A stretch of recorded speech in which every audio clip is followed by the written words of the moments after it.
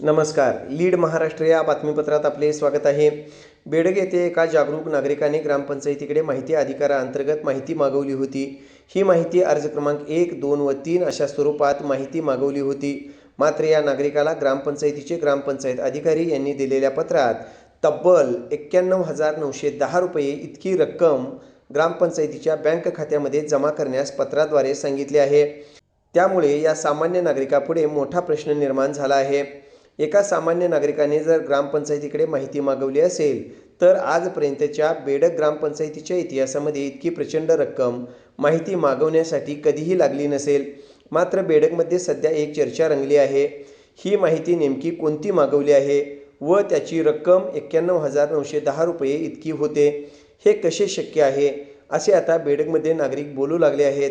ही रक्कम अंकामध्ये व अक्षरामध्ये तितकीच असल्यामुळे चुकून प्रिंटिंग होण्याचा विषय उद्भवत नाही.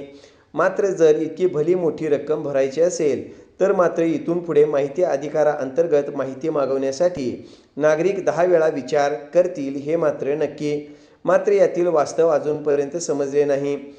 खरीच इतकी रक्कम जर एखादी माहिती मागवण्यासाठी एखाद्या ग्रामपंचायतीला भरावी लागत असेल तर सर्वसामान्यांच्या तसेच इतरांच्याही खिशाला परवडण्यासारखी नाही.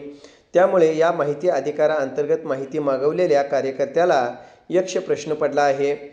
या रकमेसंदर्भात सुद्धा एखादा माहिती अधिकार टाकावा का व शहानिशा करावी का असा प्रश्न या कार्यकर्त्यासमोर उद्भवला आहे.